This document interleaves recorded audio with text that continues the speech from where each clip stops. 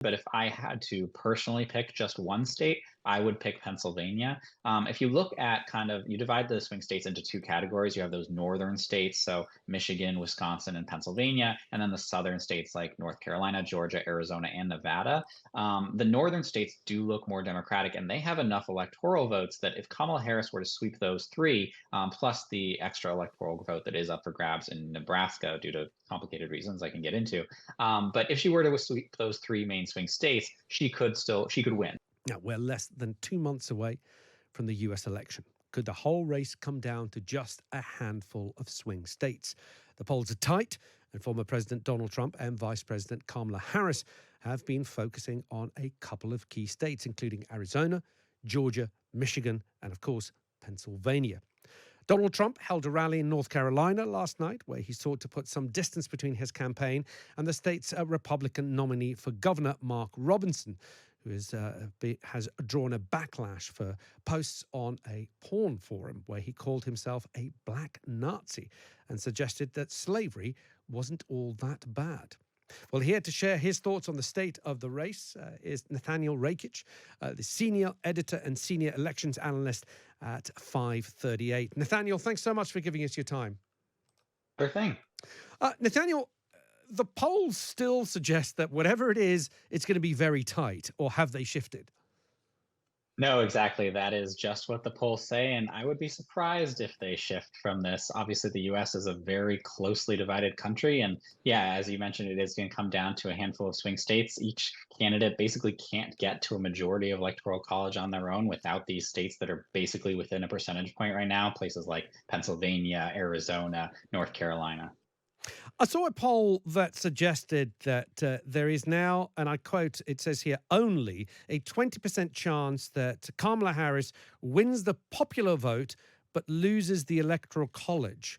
Can you explain to us what polling like that means and whether or not we are still expecting Kamala Harris to win the popular vote, but of course the electoral college is always up for grabs? Yeah, for sure. So first of all, it's important to note that that isn't a poll. That's kind of an election model that takes polls in and kind of spits out probabilities. So polls are just literally when you call or email people to ask them, how they feel about the election. But that is based on kind of all the polls in all the swing states plus the national polls. So as folks might know, we in the U.S. use the Electoral College, which is basically, everybody in their state. There are 50 different presidential elections in each state, and then the electoral votes go to the winner of that state, and then you total up the electoral votes. Usually, the person who wins the nationwide popular vote also wins the electoral college, but it's not a guarantee. And in fact, you've seen in recent elections, such as in 2016, Democrats winning the popular vote but losing the electoral college because of the way the electoral college is set up. And we do see that currently Kamala Harris is leading by about 2 points in national polls, but the electoral college is basically a toss-up because of those basically virtual ties in those swing states. Now, let's focus on some of those swing states. North Carolina, where Trump has been campaigning, is proving to be a bit of an issue because of Mark Robinson. How damaging will these events concerning the Republican nominee for governor, Mark Robinson, be for Trump himself? Or does the presidential side of the election gets to be isolated with whoever happens to be running for governor? Yeah, for sure. So generally speaking, obviously, I think Republicans would rather they didn't have this headache with Mark Robinson, but I don't think Trump has all that much to worry about it. Generally speaking, it is the top of the ticket that sets the tone, and then kind of it cascades down. So say people who are running for state legislature in North Carolina, they should probably worry because of this, but Donald Trump probably doesn't. Obviously, he is a very well-known commodity here in the U.S. and in North Carolina. People have made up their mind about him one way or another. There is still some split ticket voting where people recognize that, oh, in this governor's race, maybe this Republican is a bridge too far, but Donald Trump isn't because maybe I like his economic policies and I was doing well under his administration before, for example. But at the same time, there is a lot of video of Donald Trump saying nice things about Mark Robinson, and I'm sure those will show up in campaign ads.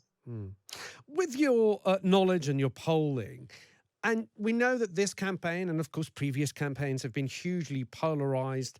American politics in general has been polarized. Do you have a sense of the undecided, those votes that can actually swing that election, how many people do you think are still yet to make up their mind? It's very, very few. If you just look at the polls, basically maybe 5%, 5 to 10% of people say that they're undecided. And this is a big change from in past elections, especially back in the 1900s. You saw maybe 20, 30% of people would be willing to switch their votes between one party or the other. Now it's basically 90 to 95% of people already know who they're going to vote for even months before the election. Mm. And turnout seems to be another big issue. What is your polling saying there? I mean, younger voters are always problematic, independents. Is that where the election is going to be won or lost, that turnout? Yeah, it's a combination of those swing voters and the turnout, but certainly when you have fewer and fewer swing voters, turnout does become more and more important. That said, in a presidential election, that's basically turning turnout up to the max here in the US. As you may know, we have lots of different elections at odd times, for local office and stuff like that. But a presidential election, if you're ever going to turn out to vote, you're going to do it in the presidential election. And poll after poll does show that people are very enthusiastic to turn out to vote. They think the stakes are high in this election. So I think the turnout is going to be high on both sides, no matter what, which could kind of cancel it out. So, Nathaniel, give us an idea of which states you think we should be keeping our eye on. We talk about North Carolina, Pennsylvania, Michigan. Where do you think it's going to come down to? Arizona, Georgia? Which ones do you think are the ones that we really need to focus on? Yeah, I mean, I think folks should focus on all the states you just mentioned, but if I had to personally pick just one state, I would pick Pennsylvania. If you look at you divide the swing states into two categories. You have those northern states, so Michigan, Wisconsin, and Pennsylvania, and then the southern states like North Carolina, Georgia, Arizona, and Nevada. The northern states do look more Democratic, and they have enough electoral votes that if Kamala Harris were to sweep those three, plus the extra electoral vote that is up for grabs in Nebraska due to complicated reasons I can get into.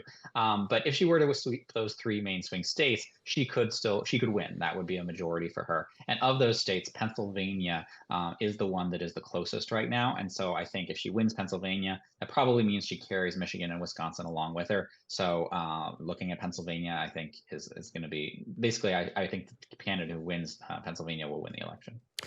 Did you see much swing or much change in the polling post the debate?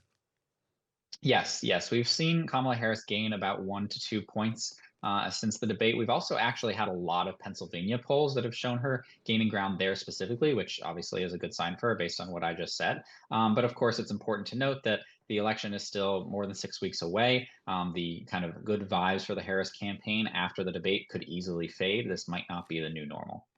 And do you think, I mean, if you were to advise either of the candidates, do you think another debate would be good or bad for either of them? Yeah, that's a really tricky question because I think that Kamala Harris has shown that she is a strong debater. She was perceived to have won that first debate, a couple of weeks ago. She also was a strong debater when she first ran for president in the Democratic primaries 5 years ago.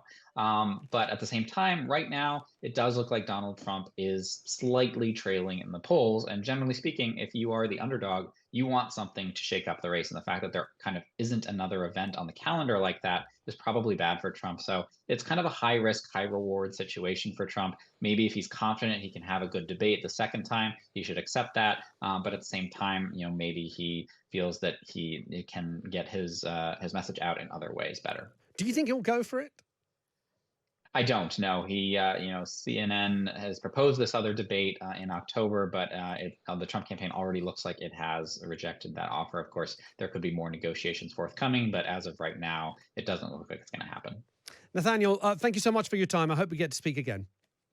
Thanks so much for having me. Nathaniel Rakich there, senior editor, senior elections analyst at 538. 538, really handy website if you are interested in all things American politics. Their polling's really easy to access on their website. Just type 538, 538.com will pick up there.